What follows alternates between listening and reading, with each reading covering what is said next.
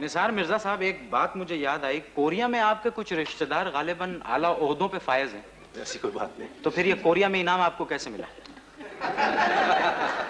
देखिए, वहाँ एक मुकाबला था, 60 मुल्कों ने हिस्सा लिया था उसमें जी, और 40 ने पार्टिसिपेट किया फाइनल मुकाबले में, और उसमें मेरी कैलाश जो डॉक्यूमेंट्री थी, ग्रैंड अवार्ड उसने हासिल किया।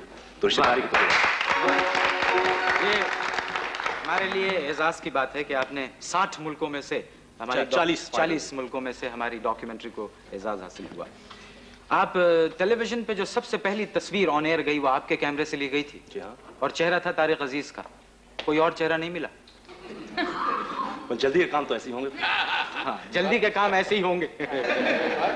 मैं ये बात तारिक अजीज को बताऊंगा।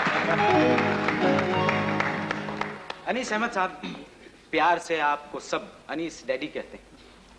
आप टेलीविजन के सबसे सीनियर कैमरामैन गर्दाने जाते हैं। 20 साल हो गए टेलीविजन के कैमरे के पीछे आपको खड़े हुए।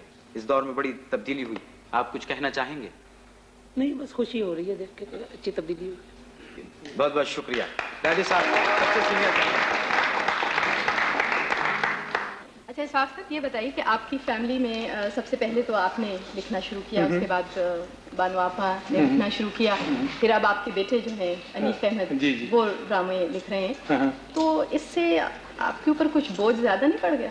नहीं, मुझ पे तो नहीं पड़ा, ये तो ये लिखती है और वो लिखता है, तो मेरा बोझ तो मैं अपना उठाता हूँ, मैं उनके तो नहीं उठाता वो। अच्छा हाँ, अच्छा, ओहो, बहुत बहुत बड़ा है, बिल्कुल बड़ा है। यानी मैं तो पिस गया। हाँ, मैं नहीं समझा, मैं तो पिस गया इस बोझ से। अब मेरी शक्ल नहीं देख रही है तो खिलाई, पहले मैं इतना मोटा हूँ, अब कैफियत और कमजोर नजर आ रहे हैं। अच्छा आप ये बताइए, बहुत सारे लोग ये पूछते हैं आजकल कि भाई वो एक अशफाक अहमद हुआ करते थे जिन्होंने एक मोहब्बत के 100 अफसाने बना दिए थे। जी जी। तो उनको आजकल हम तलाश करते फिर रहे हैं, नहीं मिल रहे, तो आपको मालूम है वो कहाँ गए? असल में बात यह है कि कुछ लोग ऐसे भी हैं जो उस अशफाक अहमद को तलाश कर रहे हैं जो चौथी जमात में फटी लिखा करता था, तख्ती।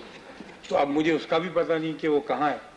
तो ये तो एक डेवलपमेंट की स्टेजेस होती हैं, इसलिए वो तो नहीं मिलेगा। उससे अगला अशफाक अहमद ही मिलेगा। अब वो अच्छा है या बुरा है ये फैसला तो फिर लोगों को ही करना है।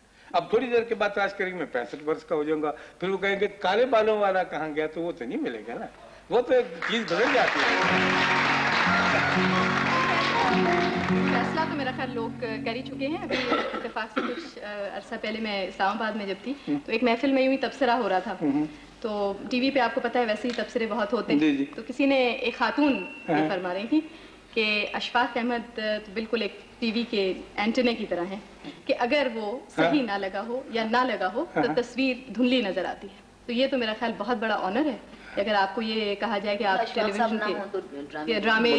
हाँ, मेहरबानी है उनकी, लेकिन मैं तो कुछ यूं डरा सा रहता हूँ कि जितने भी मेरे मिलने वाले या दोस्त या हैं वो दूर से चले आते हैं जब जिस दिन मेरा प्ले हो, और यूं उन्हें उंगली की होती है और जैसे चले आते हैं, तो मैं कहती हूँ, कहेंगे जी सिर तो लग गया। ये एक बड़ा मुहावरा चलता है, ये खास मोहब्बत की बात वो करते हैं अक्सर। तो मैंने कहा शायद वो एंटेना की कुछ उंगली चला रही हूँ, वैसे मैं उनका शुक्रगुजार हूँ और आपके थ्रू और भी ज्यादा शुक्रगुजार हूँ। अच्छा बानो आपा, हमारे टेलीविजन की आज 20वीं सालगिरह है और माशाल्लाह आपकी शादी को भी 20 साल से ज्यादा का अरसा गुजर चुका है, तो आप ये बताइए कि इस 20 साल के अरसे में टेलीविजन ज्यादा बदला है या अशफाक साहब?